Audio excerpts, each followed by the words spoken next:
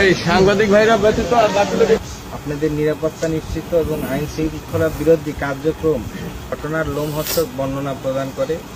বর্ণনায় সে বলে যে গত 17 তারিখে আনুমানিক বিকাল 5 ঘটিকায় মেয়েটিকে মুখ চেপে ধরে সে বাসার পাশের রসুনের জমি থেকে তাকে মুখ চেপে ধরে বাসা থেকে 300 গজ দূরত্বে একটি বাঁশ ঝাড়ে তাকে নিয়ে আসে এবং তাকে জোরপূর্বক ধর্ষণ করে।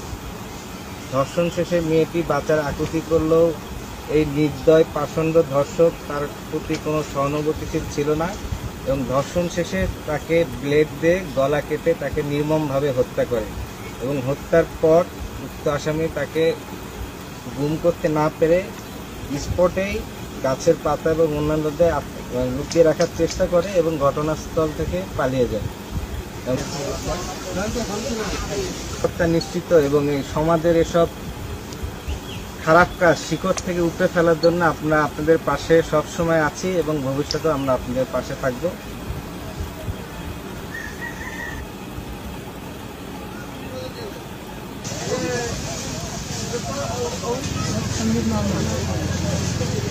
এতে তার যে কর্মকাণ্ড এই জায়গায় করেছে নিয়ে আসি যেহেতু অমানবিক এর দৃষ্টান্তমূলক শাস্তি হওয়া উচিত।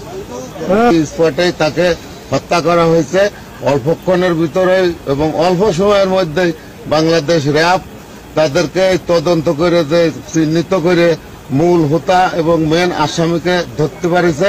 এর জন্য আমরা বাংলাদেশ র্যাবকে অশেষ অশেষ ধন্যবাদ জানাই।